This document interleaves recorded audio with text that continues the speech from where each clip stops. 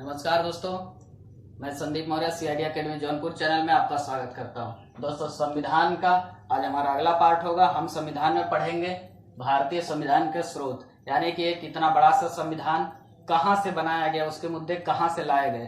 तो सबसे ज्यादा इंपॉर्टेंट पार्ट ये है कि संविधान के आपको कल बताया गया था टोटल 395 अनुच्छेद थे। हमारे संविधान में टोटल 395 अनुच्छेद है, जिसका सबसे बड़ा भाग लगभग 250 अनुच्छेद कहां से लिया गया? भारतीय शासन अधिनियम,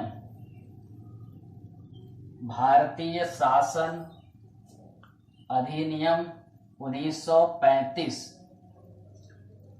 भारतीय शासन अधिनियम 1935 से लगभग 250 अनुच्छेद लिए गए हैं। जैसे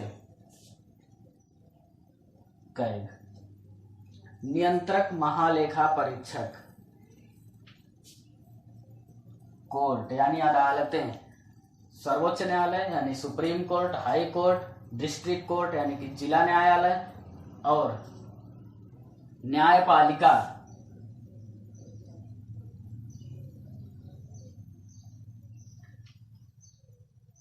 ऐसे 2-3 इंपॉर्टेंट मैंने बता दिए जो कि 1935 अधिनियम से लिए गए हैं। बाकी 250 है, वो 250 पूरे नहीं बता सकता। चलिए आगे बढ़ते हैं।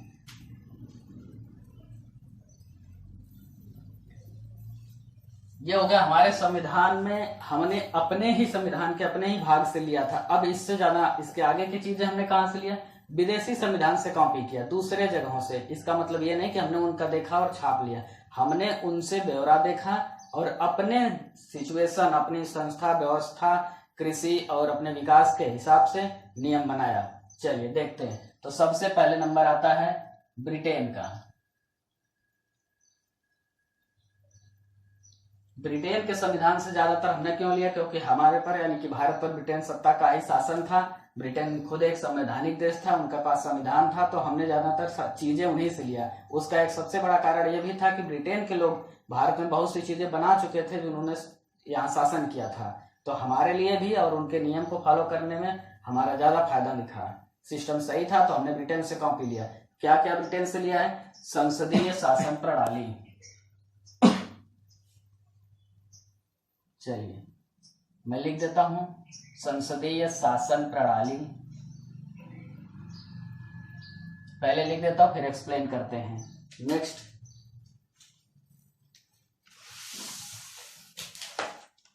संसद को विशेष अधिकार, संसद को विशेष अधिकार।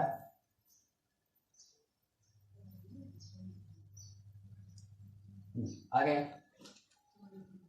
विधि का शासन,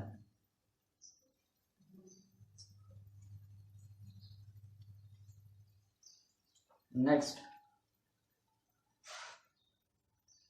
एकल नागरिकता,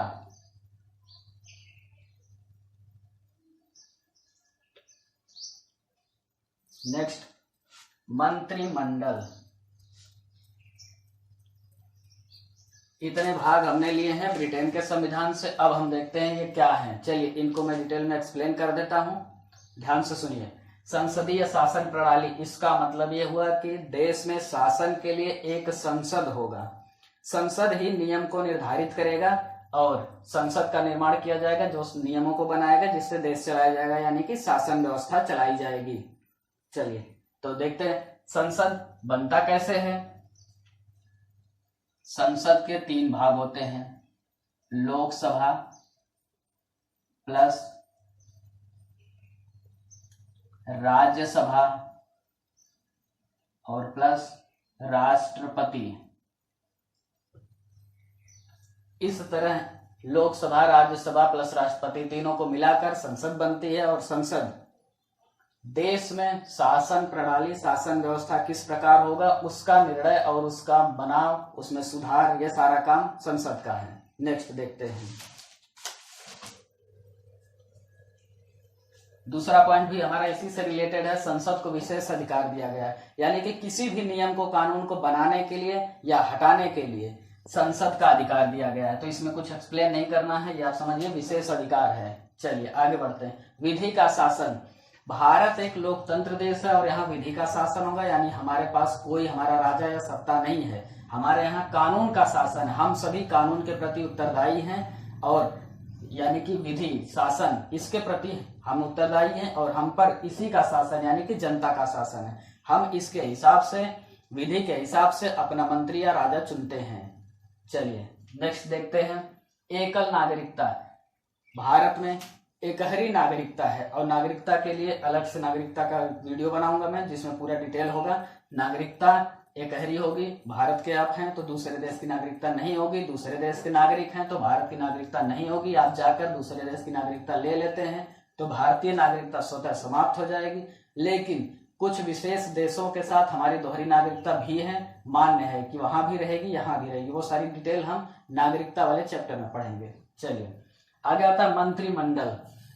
शासन चलाने के लिए एक मंत्रिमंडल की व्यवस्था की जाएगी। इसका मतलब ये हुआ जैसे कि हमारे प्रधानमंत्री, उसके साथ प्रधानमंत्री के सहायक के तौर पे वित्त मंत्री, राज्य मंत्री, छोटे बड़े दूसरे पार्ट के एक मंत्रिमंडल का गठन किया जाएगा। उसमें एक टीम होगी और वो फैसला करेंगे कि प्रधानमंत्री या सत्ता का मालिक क्या करेगा। चलिए ये हो गया हमारा सब ब्रिटेन से। नेक्स्ट देखते हैं हम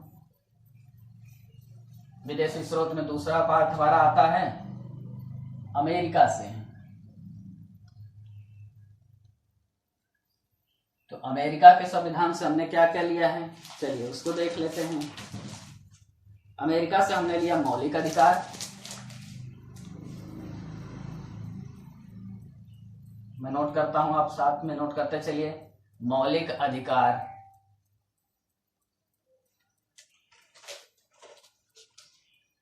दूसरा आता है न्यायिक पुनराविलोकन,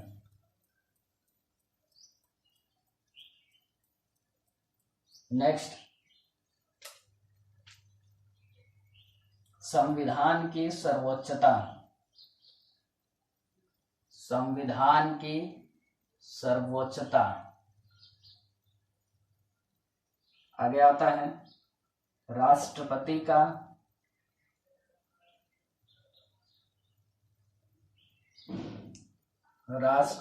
निर्वाचन, और फिर आता है महाभियोग, राष्ट्रपति पर महाभियोग। चलिए ये हो गया अमेरिका के संविधान से लिए गए पार्ट। अब हम इसे एक्सप्लेन कर देते हैं। मौलिक अधिकार, हमारे संविधान में सभी नागरिकों को कुछ मौलिक अधिकार दिए गए हैं जिनका किसी भी अवस्था में हनन नहीं किया जा सकता है। मौलिक अधिकार अनुच्छेद 12 से 35 तक लिखे हैं, उस पर एक डिटेल वीडियो होगी जिसमें वो अधिकार हमें कानून या संविधान के तरफ से प्राप्त हैं। कुछ विशेष परिस्थितियों में राष्ट्रपति शासन की अवस्था में या किसी भी आपातकालीन में कुछ अनुच्छेदों को, कुछ अधिकारों को घटा दिया जाता है। उसकी डिटेल हम मौलिक अधिकार के वीडियो में पढ़ेंगे। चलिए नेक्स्ट पार्ट आता है न्यायिक पुनराविलोकन। न्यायिक पुनराविलोकन जैसे कि आप शब्द से देख रहे हैं, न्याय के प्रति कोई फैसला किया गया है किसी भी कोर्ट में तो आप उसे दोबारा जांच के लिए उसके ऊपरी अदालत में अपील कर सकते हैं। जैसे कि जिला न्यायालय ने फैसला दिया तो आप हाई कोर्ट जा सकते हैं, हाई कोर्ट ने दिया तो सुप्रीम कोर्ट जा सकते हैं। सुप्रीम कोर्ट से आए फैसले पर दोबारा भी आप एक प्रार्थना पत्र दे सकते हैं कि एक और बार जांच की जा सके या पुनराविलोकन। तो ये वाली व्यवस्था हमने संविधान में अमेरिका के संविधान से लिया है। चलिए नेक्स्ट देखते हैं संविधान की सर्वोच्चता। ये भी हमने अमेरिका से लिया है। संविधान की सर्वोच्चता का अर्थ यह है कि इस देश में सर्वोच्च यानी सबसे ऊपर, जहां कोई बात रुक जाती है अब इसके ऊपर क्या होना है तो सबसे ऊपर है संविधान। संविधान के नियमों के हिसाब से जो लागू होगा वह फैसला दिया जाएगा। नेक्स्ट पार्ट आता है राष्ट्रपति का निर्वाचन। अमेरिका के संविधान से हमने ये भी लिया है कि देश में एक राष्ट्राध्यक्ष होगा, पूरे देश का एक सुप्रीम पावर यानी कि सुप्रीम व्यक्ति होगा जिसे राष्ट्रपति कहा जाएगा। राष्ट्रपति का निर्वाचन किया जाता है। कौन लोग राष्ट्रपति के चुनाव में भाग लेते हैं, चलिए देख लेते हैं एक बार। लोकसभा के सदस्य प्लस राज्यसभा के सदस्य, यहां मैं लिख रहा हूं सदस्य, ध्यान दीजिएगा सदस्य, लोकसभा के सदस्य, राज्यसभा के सदस्य प्लस विधानसभा के सदस्य।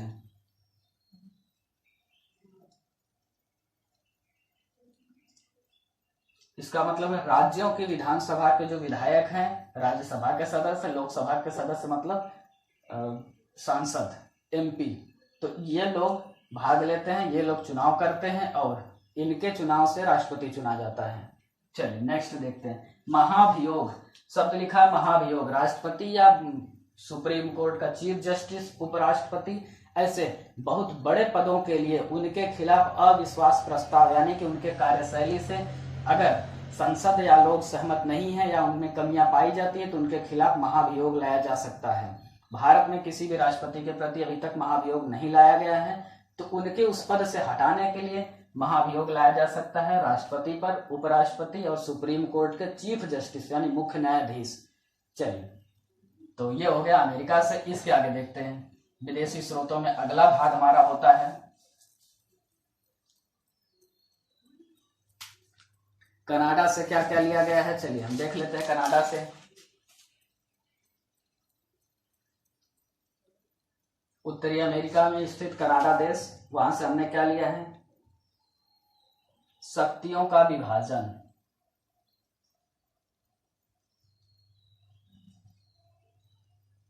शक्तियों का विभाजन,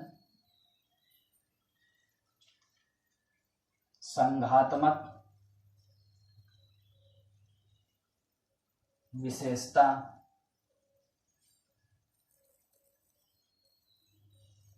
नेक्स्ट केंद्र की अवशिष्ट शक्तियां, केंद्र की अवशिष्ट शक्तियां। चलिए देखते हैं हम शक्तियों का विभाजन। कनाडा से लिए गए भाग ये हैं। शक्तियों का विभाजन का मतलब यह है कि इस नियम के तहत कौन से भाग, कौन से जरूरी कार्य जिस पर फैसला लेने का अधिकार केंद्र सरकार का होगा या राज्य सरकार का होगा, किस व्यक्ति या किस पदाधिकारी का अधिकार या उनकी शक्तियां कितनी होंगी, इन सब चीजों का ब्यौरा यहाँ होता है। तो शक्तियों का विभाजन यह हो गया। चलिए, संघात्मक विशेषता यानी केंद्र की एक विशेषता होगी, यानी संघ की। सभी राज्य, सभी छोटे न्याय शासनिक प्रशासनिक अलग अलग इकाइयां होंगी, लेकिन सब मिला के लास्ट में क्या होंगी, एक संघ के अधीन होंगी, यानी कि केंद्र के अधीन होंगी। तो ये हो गया संघात्मक विशेषता। कुल मिलाकर लास्ट में हम सभी कौन हैं, हम सभी लोग भारतीय हैं, चाहे यूपी से हो, चाहे एमपी से हो, महाराष्ट्र हो। नेक्स्ट देखते हैं केंद्र की अवशिष्ट शक्तियां। केंद्र की अवशिष्ट शक्तियां ये है, किसी राज्य में नियम कानून व्यवस्था व्यवस्थित नहीं चल रहा है तो केंद्र सरकार वहां राष्ट्रपति शासन, वहां के राज्यपाल के द्वारा कहे गए नियमों से वहां राष्ट्रपति शासन लगा सकता है। तो ये अवशिष्ट शक्ति यानी कि विशेष शक्तियां जो केंद्र सरकार के पास ही रहेंगी और अपने मन से वो फैसला ले सकता है। तो ये हो गई केंद्र की अवशिष्ट शक्तियां यानी विशेष शक्तियां। चलिए आगे देखते हैं।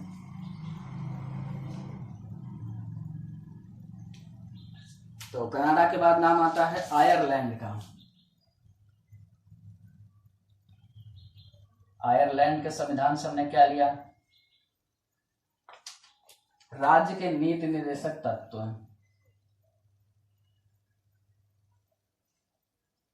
राज्य के नीति निर्देशक तत्व। विदेशी स्रोतों से लगातार बहुत बार क्वेश्चन पूछे जा सकते हैं और पूछे गए हैं, इसलिए आप इसे बहुत ध्यान से देखेंगे। नेक्स्ट देखते हैं राज्यसभा। आगे क्या है, राज्यसभा में 12 व्यक्ति तथा लोकसभा में 2 व्यक्ति। ये क्या है, मैं अभी इसे एक्सप्लेन करता हूं। चलिए, 2 व्यक्ति का मनोनयन देखते हैं। आयरलैंड के संविधान से लिया गया राज्य के नीति निर्देशक तत्व अनुच्छेद 36 से 51 तक होता है। चलिए, इसमें यह बताया जाता है कि राज्य जनता के प्रति कौन से निर्देशक तत्व यानी कि नियम, नीति, कानून बनाएगा जो राज्य के अधिकार हैं। तो यह हो गया राज्य के नीति निर्देशक तत्व। उसके बाद आता है दूसरा भाग। हमने आयरलैंड से एक और चीज लिया कि राज्यसभा में 12 व्यक्तियों का कला, साहित्य,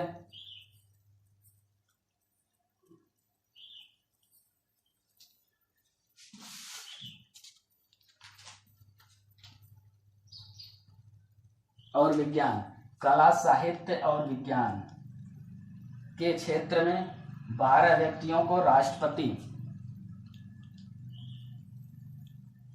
मनोनीत करेगा। मनोनयन का मतलब होगा इनका चुनाव नहीं किया जाएगा, इस क्षेत्रों के ज्यादा जानकार या फिर प्रसिद्ध लोगों को 12 व्यक्तियों को राष्ट्रपति राज्यसभा में मनोनीत करेगा, यानी राष्ट्रपति खुद बुलावा देगा और उन्हें राज्यसभा का मेंबर बनाया जाएगा। ये हो गए 12। ये कहाँ होंगे? राज्यसभा में। 2 व्यक्ति लोकसभा में भी राष्ट्रपति इनका भी क्या करेगा? मनोनयन करेगा, इन्हें भी मनोनीत किया जाएगा। चलिए, तो ये हो गया आयरलैंड के संविधान से। नेक्स्ट देखते हैं विदेशी स्रोतों में। आगे देखते हैं कि आयरलैंड के बाद हमने कहाँ से लिया है, और इन चीजों को आप ध्यान से लिखते चलिए मेरे साथ। आयरलैंड के बाद नंबर आता है दक्षिण अफ्रीका।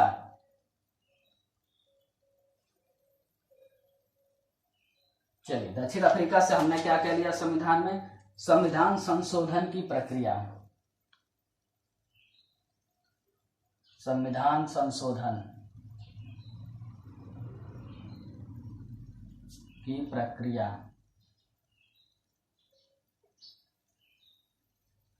अनुच्छेद 368 में लिखा है संविधान संशोधन की प्रक्रिया। ये चीज हमने लिया दक्षिण अफ्रीका से। इसका मतलब क्या है, ध्यान दीजिएगा। जैसा आप देख रहे हैं, संशोधन मतलब सुधार। जब संविधान बनाया गया उस समय के हालातों को देखकर बना दिया गया। बाद में उसमें यह प्रक्रिया है कि जरूरत के हिसाब से संशोधन किया जाएगा। और आप देख रहे हैं निरंतर हमारे संविधान में संशोधन होता ही जा रहा है। जैसे 395 अनुच्छेद से आज 450 के आसपास 448 अनुच्छेद बन चुके हैं। उसमें भाग ABCD करके बनते जाते हैं। चलिए, तो ये हो गया संविधान संशोधन की प्रक्रिया। ये प्रक्रिया हमने दक्षिण अफ्रीका से लिया है, जो अनुच्छेद 368 में है। नेक्स्ट, एक और चीज है कि किसी भी विदेशी स्रोतों में जितने पास मैंने पॉइंट लिखवाए हैं, इसका मतलब ये नहीं कि हमने सिर्फ उतने लिए हैं। ये इंपॉर्टेंट पॉइंट है जो सवालों में, पेपर्स में कई बार पूछे जा चुके हैं, इसलिए आप इन्हें ज्यादा ध्यान देंगे। चलिए आगे बढ़ते हैं। नंबर आता है ऑस्ट्रेलिया। तो हमने ऑस्ट्रेलिया से क्या लिया? समवर्ती सूची,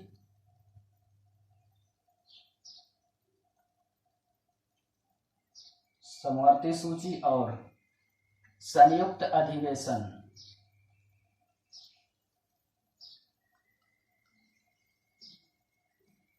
संयुक्त अधिवेशन अनुच्छेद 108 में इसका ब्यौरा है।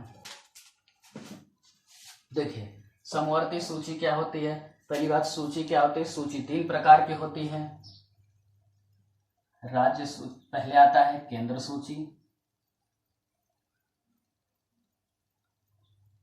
आता है राज्य सूची, उसके बाद आता है समवर्ती सूची। वो जरूरी काम या वो अधिकार जो केंद्र सरकार के अधीन या उसके जिम्मे होते हैं, वो सब केंद्र सूची में आते हैं। वह जिम्मेदारियां जो राज्य सरकारों के अधीन या उनकी जिम्मेदारियां उनके लिए होते हैं, वो राज्य सूची में आते हैं। समवर्ती सूची क्या है? कुछ जिम्मेदारियां जो इन दोनों से नहीं हो तो भी समवर्ती में कहा जाएगा, और इन दोनों के प्रति हो, जैसे शिक्षा, स्वास्थ्य, सुरक्षा। राज्य के हिसाब से सुरक्षा राज्य सरकारों के लिए है। विदेशी आक्रमण या फिर सेना की पूरी व्यवस्था केंद्र सूची के अधीन है, केंद्र सरकार के अधीन है। कुछ जो पैरामिलिट्री फोर्स हैं वो राज्य और केंद्र सरकार दोनों के अधीन होते हैं, उसमें समवर्ती सूची में भाग आ जाएगा। शिक्षा का भाग, केंद्रीय विद्यालय भी आपने देखे हैं, राज्य सरकार के भी विद्यालय आपने देखे हैं, तो वो आ गया शिक्षा समवर्ती सूची का विषय है। तो इस तरह हो गई समवर्ती सूची। ये चीज हमने लिया ऑस्ट्रेलिया से। नेक्स्ट आता संयुक्त अधिवेशन। ये क्या होता है? कभी लोकसभा और राज्यसभा में किसी मुद्दे, प्रस्ताव या फैसले को लेकर विवाद हो जाता है और फैसला करना मुश्किल होता है, यानी कि बराबर बराबर के सदस्य हो जाते हैं, फैसला नहीं हो पाता है। तब क्या होता है? जैसे राज्यसभा ने कहा कि हम मानेंगे, एक लोकसभा यानी एक सदन नहीं मान रहा है, एक सदन मान रहा है, विवाद हो रहा है, तब राष्ट्रपति तीनों के एक संयुक्त बैठक बुलाएगा और लोकसभा अध्यक्ष उसकी अध्यक्षता करेगा। ये अधिकार, ये नियम हमने ऑस्ट्रेलिया के संविधान से लिया है। अनुच्छेद 108 में लिखा है कि राष्ट्रपति किसी भी विवादित मुद्दे पर दोनों सदनों की एक संयुक्त बैठक बुला सकता है, जिसे संयुक्त अधिवेशन कहा जाएगा, और उसका संचालन यानी अध्यक्षता लोकसभा अध्यक्ष करेंगे। चलिए नेक्स्ट आता है फ्रांस से हमने क्या लिए हैं, फ्रांस के संविधान से लिया है गणतंत्र।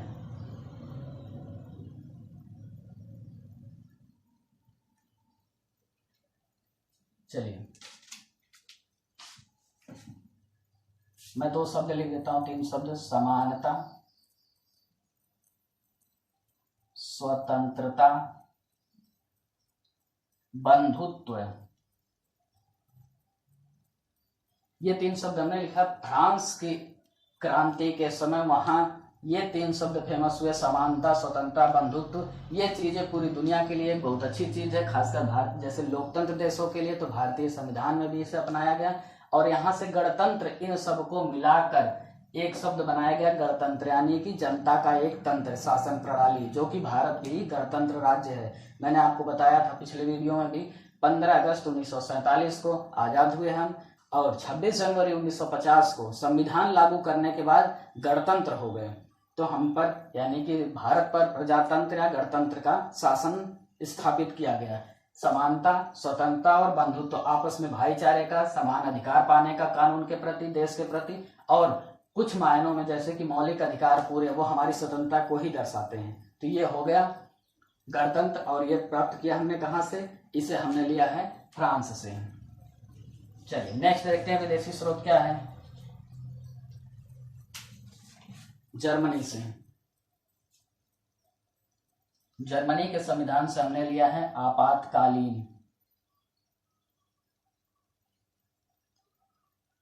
आपातकालीन उपबंध। इसमें क्या होता है, राष्ट्रपति को अधिकार है कि किसी भी सिचुएशन पर, भारतीय संविधान में 352, 356 और 360 3 प्रकार के आपातकालीन अधिकार हैं जो राष्ट्रपति को दिए गए हैं। अलग अलग सिचुएशन, किन हालातों में कौन सा लागू किया जाएगा, ये हम आपातकालीन वाले चैप्टर में पढ़ लेंगे डिटेल में। तो ऐसी हालात में राष्ट्रपति सभी अधिकारों को समानता, वो मौलिक अधिकारों के कुछ भाग को छोड़कर सभी अधिकार समाप्त कर दिए जाते हैं और पूरी सत्ता यानी पूरी शासन व्यवस्था केंद्र सरकार के अधीन यानी राष्ट्रपति के अधीन होगी। और आप जानते हैं कि राष्ट्रपति का ही सदस्य राज्यपाल होता है, यानी कि राज्यपाल शासन राज्यों के प्रति और देश के प्रति राष्ट्रपति शासन हो जाता है। यह व्यवस्था आपातकालीन की व्यवस्था हमने जर्मनी के संविधान से लिया है। नेक्स्ट,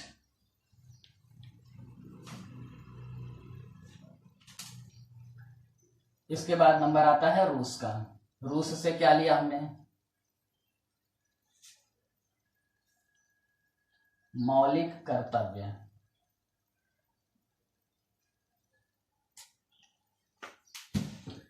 सबसे लास्ट में रूस को लिखने का एक और मकसद है, आपको मालूम है 42वां संविधान संशोधन 1976 में किया गया। संविधान में 42वां संविधान संशोधन 1976 में किया गया, जिसे इसी संशोधन में रूस से मौलिक कर्तव्य लेकर जोड़ा गया। अब तक आपने देखा था मौलिक अधिकार यानी कि कानून हमें कैसी स्वतंत्रता दे रहा है, हमें जीने खाने हर कार्य करने की स्वतंत्रता दे रहा है, वो अधिकार हमारा मौलिक अधिकार था। अब हम देश या राज्य के प्रति हमारे क्या कर्तव्य हैं वो सब लिखा है मौलिक कर्तव्य में, और वो आता है रूस के संविधान से लिया गया। उसे 42वें संविधान में 1976 में जोड़ा गया है। इसे मिनी कॉन्स्टिट्यूशन यानी कि छोटा संविधान भी कहा गया है। तो आज का वीडियो अब हम यहीं एंड करते हैं। उम्मीद है वीडियो पसंद आई होगी। वीडियो पसंद आए तो और दोस्तों को शेयर करें और आप पढ़ाई जारी रखें। धन्यवाद।